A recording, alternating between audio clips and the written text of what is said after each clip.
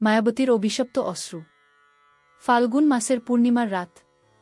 দক্ষিণেশ্বরের গঙ্গার ঘাট নিস্তব্ধ, কেবল ঢেউয়ের শব্দ আর মাঝে মাঝে বাতাসে কাঁপতে থাকা প্রদীপের শিখা। এই ঘাটের চারপাশে রহস্য লুকিয়ে আছে শত বছর ধরে। বলা হয় এখানে আজও ভেসে আসে এক নারীর কান্নার শব্দ। সেই নারীর নাম মায়াবতী। প্রাচীন কালের কথা। গঙ্গার তীর ঘেঁষে গড়ে উঠেছিল এক সমৃদ্ধশালী রাজ্য। রাজা ছিলেন ন্যায়পরায়ণ, মানুষ সুখে শান্তিতে বাস করত। কিন্তু সেই রাজ্যে এক নারী তার সৌন্দর্য ও ভক্তির জন্য কিংবদন্তি হয়ে উঠেছিলেন। তিনি মায়াবতী। তার লম্বা কালো চুল, কপালে সিঁদুর আর চোখে এক অদ্ভুত দীপ্তি মানুষকে বিস্মিত করত। কিন্তু তার সবচেয়ে বড় শক্তি ছিল দেবী গঙ্গার প্রতি অপরিসীম ভক্তি। প্রতিদিন ভোরে তিনি ঘাটে এসে ফুল দিয়ে, প্রদীপ জ্বালিয়ে, মন্ত্রপাঠ করে প্রার্থনা করতেন। মানুষ বলত মায়াবতীর অশ্রু গঙ্গার জলে মিশে সরাসরি দেবীর কাছে পৌঁছে যায়। তবে সবাই মায়াবতীকে সম্মান করত না। রাজ্যের প্রধান পুরোহিত ছিলেন এক ক্ষমতাশালী মানুষ। তিনি বাইরে থেকে ধার্মিক দেখালেও ভেতরে ভেতরে কামনা ও লোভে ভরা ছিলেন। প্রথমবার ঘাটে মায়াবতীকে দেখে তিনি মোহাবিষ্ট হয়ে পড়েন। তার কাছে মনে হয়েছিল এমন সৌন্দর্য তার অধিকারেই থাকা উচিত। ধীরে ধীরে পুরোহিত মায়াবতীর কাছে আসতে শুরু করলেন। কখনো আশীর্বাদের প্রতিশ্রুতি, কখনো ভয় দেখিয়ে তিনি মায়াবতীকে নিজের দিকে টানতে চাইলেন। কিন্তু মায়াবতী প্রতিবারই প্রত্যাখ্যান করলেন। তার কাছে ভক্তি আর সতীত্বই ছিল জীবনের একমাত্র পথ। পুরোহিতের লালসা ধীরে ধীরে ক্রোধে পরিণত হল।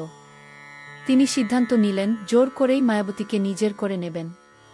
এক রাতে পূর্ণিমার আলোয় গঙ্গার জল ঝিকমিক করছিল।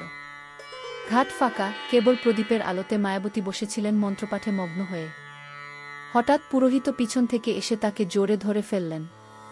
মায়াবতী আতঙ্কে কেঁপে উঠলেন। চারপাশে সাহায্যের কেউ নেই। তিনি চিৎকার করে উঠলেন, মা গঙ্গা, আমাকে রক্ষা করো। কিন্তু মুক্তির আর কোনো পথ খুঁজে না পেয়ে তিনি হঠাৎ নদীর দিকে ঝাঁপ দিলেন।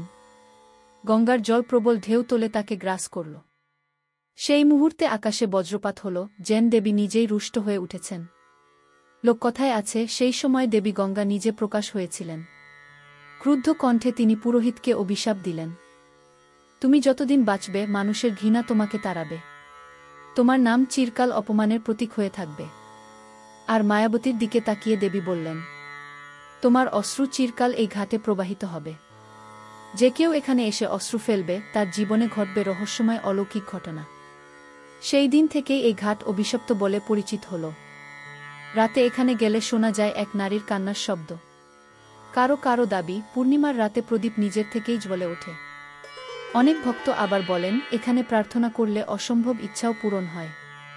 আজও দক্ষিণেশ্বরের সেই পুরনো ঘাট দাঁড়িয়ে আছে নীরবে।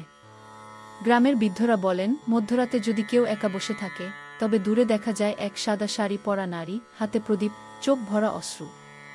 কেউ বলে তিনি মায়াবতীর আত্মা, আবার কেউ বলে সেটি দেবী গঙ্গারই রূপ। রহস্য আজও অমীমাংসিত। সত্যিই কি মায়াবতীর অশ্রু আজও বইছে, নাকি এটা কেবল লোককথার ভ্রম? যখন বাতাসে ভেসে আসে সেই কান্নার শব্দ, তখন প্রশ্ন জাগে, এটা কি অভিশাপ নাকি আশীর্বাদ? বন্ধুরা, এই কাহিনী হয়তো শুধু লোককথা, আবার হয়তো বাস্তব সত্য। আপনি যদি কোনোদিন দক্ষিণেশ্বরের সেই ঘাটে যান আর শুনতে পান এক নারীর কান্না, তখন আপনি কি বিশ্বাস করবেন? মায়াবতীর অভিশাপ নাকি দেবীর আশীর্বাদ? কমেন্টে জানাবেন আপনার মতামত। এমন আরও রহস্যময় পৌরাণিক কাহিনী শুনতে চাইলে অবশ্যই চ্যানেলটি সাবস্ক্রাইব করুন, ভিডিওটি লাইক ও শেয়ার করতে ভুলবেন না।